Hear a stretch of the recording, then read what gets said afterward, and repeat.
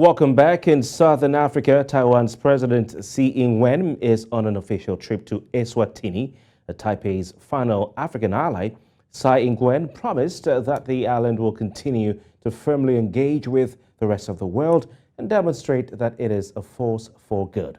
Only 13 countries, mostly tiny, less developed states in Latin America and the Caribbean, as well as the Pacific, such as Belize and Nauru, have formal relations with Taiwan, which China claims as its territory without the right to interstate relations.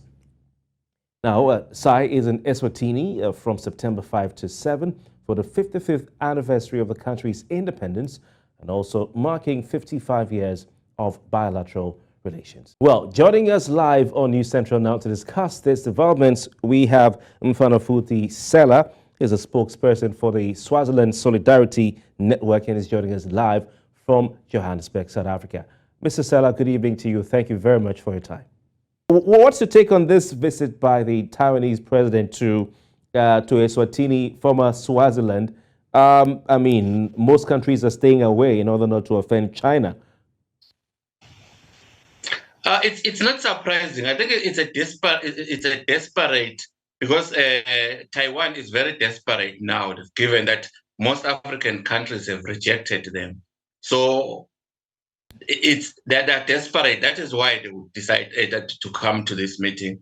And you will remember that, like last week, there was a BRICS meeting in South Africa, and the president of South Africa invited most African countries.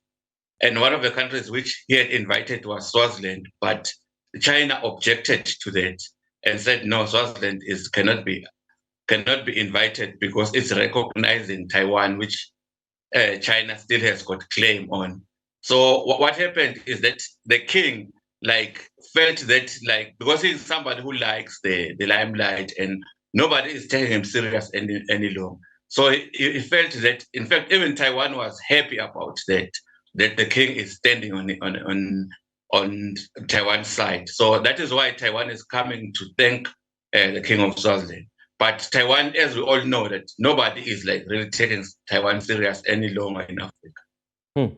What are the potential implications? And very important, you went back to the BRICS summit and the stance of China that Eswatini or Swaziland must not participate in that summit. What are the potential implications of this diplomatic tie between Eswatini and Taiwan? What do you think the impact will be on both countries, especially Eswatini? I think there's a lot of negative. This relationship has got a negative impact on both the country economically and also to its citizens, because everybody knows that China now is a force that you cannot ignore. It's one of the biggest, it's the biggest or the second biggest economy in the world. Like, for a country that is serious about its economic success, there's no way that you can forget. I mean, you can ignore China.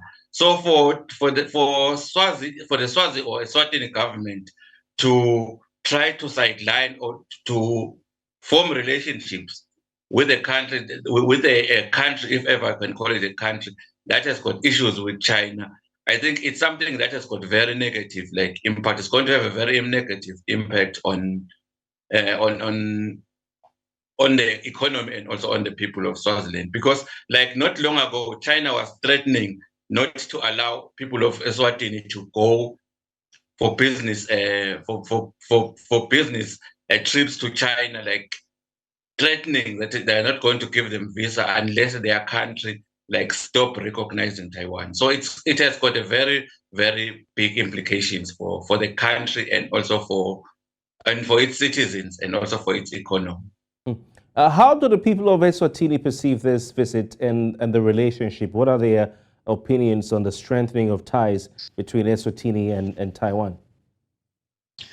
I think, as you would know, that Eswatini is like an absolute monarch. The king is an absolute ruler. There's a relationship. This kind of relationship is like a personal relationship that benefits him. Every year, when Eswatini goes to the United Nations, the General United Nations Assembly, they will also get the chance to tell to ask United Nations to start recognizing Taiwan. And the reason is that the king is like given money by Taiwan every time he goes on international trips to try and push the case for Taiwan. So it is a personal, it's for personal benefit, but for the whole country, it's not benefiting people. And people, given that the people do not have power in Eswatini, all of the power is vested in the king.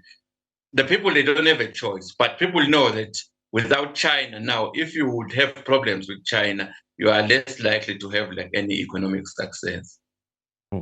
Quite interesting. I want to thank you so much for your time, Malafuthi Sela, and for your expert analysis on this situation all the way from Eswatini. Very much. Thanks for having us.